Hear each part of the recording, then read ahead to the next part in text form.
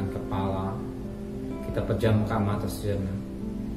Bapa yang bersemayam dan kerajaan surga, yang boleh kami kenali dalam nama Tuhan Yesus Kristus. Terima kasih Bapa, Engkau sudah pelihara kami sepanjang malam dan keluarga kami, dan kami boleh bangun dengan tubuh yang sehat. Pada pagi yang cerah, kami naikkan adakan mesbah keluarga, mesbah pribadi. Kami naikkan pujian penyembahan, naikkan doa syafaat, dan kami rindu juga untuk mendengarkan renungan firman-Mu. Pakai hamba-Mu, urapi kami. Roh Kudus, lembutkan hati kami, sehingga butir firman-Mu menjadi berkat buat kami. Haleluya. Amin. Shalom. Selamat pagi. Selamat bertemu dalam kasih Tuhan Yesus Kristus. Hari kita akan membaca Yeremia pasal 34 ayat pertama sampai ayat 7, ayat 8 dan ayat 22 besok. Yeremia pasal 34 ayat pertama sampai ayat 7. Yeremia beritahukan nasib terakhir Raja Zedekiah. Firman yang datang dari Tuhan pada Yeremia ketika Nebukadnezar, Raja Babel dan segala tentaranya, segala kerajaan di bumi di bawah pemerintahannya, dan segala bangsa berperang melawan Yerusalem dan segala kotanya. Begini firman Tuhan Allah Israel, pergilah berbicara pada Zedekiah Raja Yehuda. Katakanlah kepadanya, begini firman Tuhan, sesungguhnya Tuhan menyerahkan kota ini ke dalam tangan Raja Babel, supaya dihancurkannya dengan api. Dan engkau sendiri tidak akan luput dari tangannya, melainkan akan pasti tertangkap dan diserahkan ke dalam tangannya. Engkau akan dari Raja Babel mata berhadapan mata, dan ia akan berbicara dengan engkau mulut berhadapan mulut. Kemudian engkau akan pergi ke Babel. Namun demikian, dengarlah firman Tuhan, hai Zedekiah Raja Yehuda. Beginilah firman Tuhan mengenai engkau tidak akan mati oleh pedang. Engkau akan mati dengan damai, dan sebagaimana dinyalakan api untuk menghormati bapa-bapa leluhurmu, raja-raja dahulu yang hidup sebelum engkau, demikianlah orang akan menyalakan api untuk menghormati engkau, dan akan meratap engkau dengan berkata, aduhai Tuhan, sungguh akulah yang mengucap firman ini. Demikianlah firman Tuhan. Nabi Yeremia menyampaikan segala perkataan ini kepada Zedekiah Raja Yehuda di Yerusalem, ketika tentara Raja Babel berperang melawan Yerusalem dan segala kota Yehuda yang masih tinggal, yakni Lakis, Aseka, sebab kota-kota itulah yang masih tinggal di antara kota-kota Yehuda sebagai kota-kota yang berkubu. Saat ini Yeremia memberitahukan nasib terakhir Raja Zedekiah. Yeremia dipakai Tuhan secara luar biasa. Dia sebagai penyambung lidah Allah. Dia menyampaikan tentang nasib Zedekiah atau Raja Yehuda. Dan kita tahu nasibnya, ya, dia ditangkap, anaknya disembelih di depan matanya, bahkan matanya dibutakan. Kenapa harus mengalami Zedekiah? Sebab Zedekiah raja yang jahat. Dia tidak mau bertobat. Dia tidak mau bertobat untuk kembali seperti raja-raja Yehuda yang dahulu. Tapi dia tetap dengan kehidupannya, tetap tidak mau bertobat. Dan kita ingat firman Tuhan berkata, Roma 6 ayat 23, upah dosa adalah neraka. Upah dosa ada neraka. Bagi mereka yang bermain-main dosa, siaplah masuk neraka. Siaplah masuk neraka. Ya, kalau kita bermain-main dosa menganggap gampang, Tuhan Yesus masih lama. Oh, nggak apa-apa, hidupku masih panjang, masih 1000 tahun lagi, silakan. Orang punya pandangan sedemikian rupa menganggap masih lama, oke, silakan. Tuhan nggak pernah memaksa orang. Tuhan tidak pernah memaksa orang, tapi memberikan hak bebas kepada manusia untuk memilih mana yang dipilih. Oh, selalu lihat di TV, lihat di WA, lihat peristiwa-peristiwa. Saya banyak memperhatikan banyak orang-orang kaya, konglomerat, umurnya masih muda, sekitar 40 lebih. Ternyata dia harus mengembuskan napas yang terakhir. Dia harus menghadap, dia harus pulang, meninggalkan dunia ini. Kau bicara kekayaan, oh luar biasa, bukan miliaran, triliunan.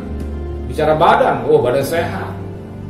Ya, tetapi ingat, ya siapa sangka dan siapa duga dia harus mengalami kematian karena ulahnya sendiri. Ya, karena ulahnya sendiri.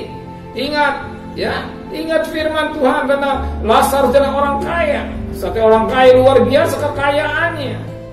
Dia pikir dia akan hidup lama. Firman Allah katakan orang kaya juga itu mati. Ya, orang kaya mati, maka hidup kalau kita main-main dosa, upah dosa maut.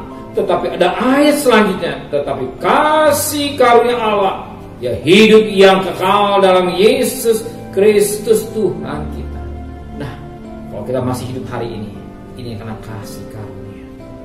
Kasih karunia Tuhan yang Tuhan berikan kepada kita, jangan main-main, jangan dipermainkan. Kasih karunia Tuhan yang Tuhan berikan, jangan dipermainkan. Meremehkan, bagi kita meremehkan kasih karunia itu menghina darah Kristus. Ibrani 10 ayat 29. Menghina darah Kristus, menghina pengorbanannya. Jangan kita sebagai umat Kristiani menghina pengorbanannya, menghina kasih karunia Tuhan.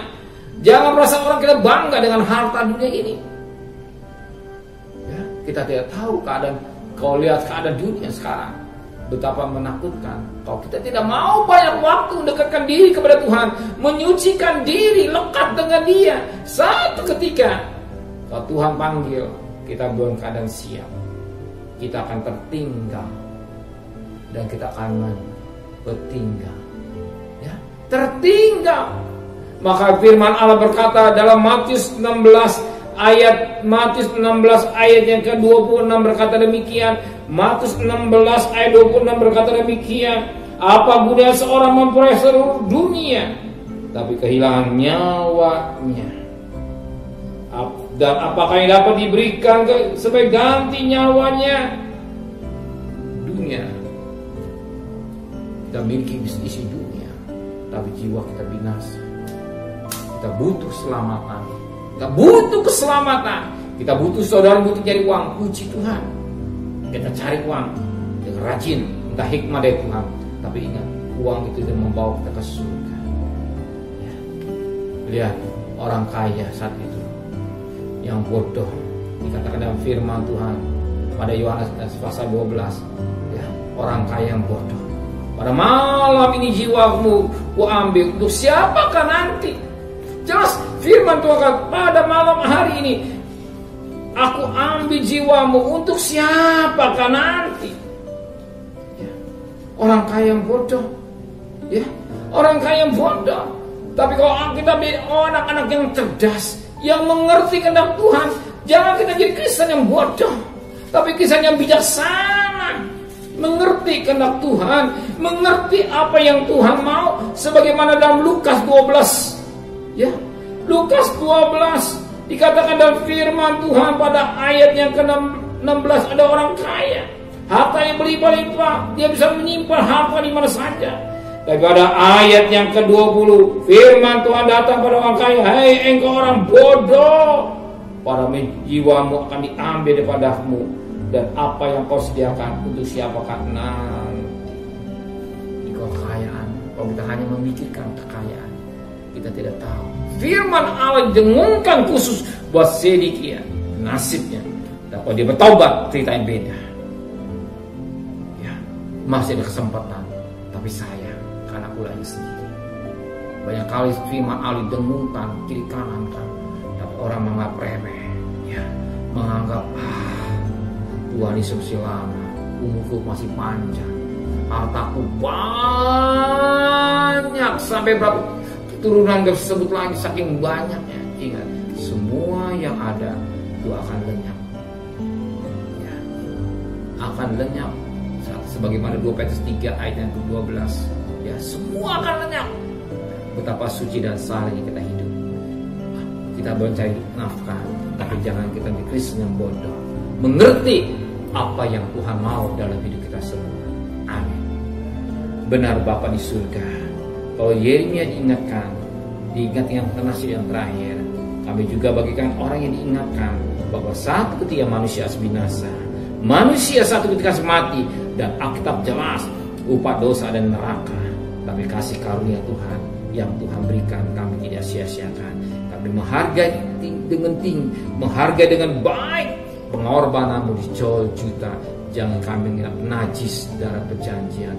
Kami menghargai dengan baik sebagaimana Ibrani 10:29. Tapi menghargai dengan baik, dan kami jadi Kristen yang tidak bodoh. Semua apa arti memiliki si dunia, jiwa kita kami binasa. Tapi kami memiliki Engkau Tuhan. Kami percaya kalau kami memiliki Engkau seutuhnya, kami boleh mengerti apa yang Tuhan mau dari hidup kami. Kami tidak mudah. Tuhan tidak akan tinggalkan kami. Dan Engkau berkata, sekali-sekali Engkau tidak akan meninggalkan kami. Sekali-sekali Engkau tidak akan meninggalkan kami. Sebagaimana Ibrani 13 ayat 5b. Terima kasih Bapa di surga. Biar kami mau tetap hidup bagian ada di Goshen, tetap dalam lindungan pemeliharaan Tuhan. Kami serahkan anak kami, suami, istri kami, dan keluarga kami semua kepada Tuhan. Dan Engkau tahu kebutuhan kami harus cari nafkah Tuhan. Engkau sertai perjalanan kami, jangan sampai kami terpapar virus corona, dan kami juga memperhatikan protokol sehat dengan baik. Kembalikan kami pada besok pagi dan tubuh yang sehat dengan tidak kurang satu apapun juga. Berkati Bapak Presiden, Wakil Presiden, para menteri, para gubernur, para bupati, para wali kota, para camat, para lurah, para RW, para RT, para medis, para relawan, para TNI, para Polri, bahkan mereka-mereka yang bekerja di depan. Berikan kesehatan yang prima, berikan hikmat khusus buat mereka dalam berperang melawan virus corona. Kami mohon belas kasihan-Mu terjadi buat bangsa kami Indonesia Tuhan. Biar yang sakit semakin berkurang, tapi yang sembuh semakin banyak.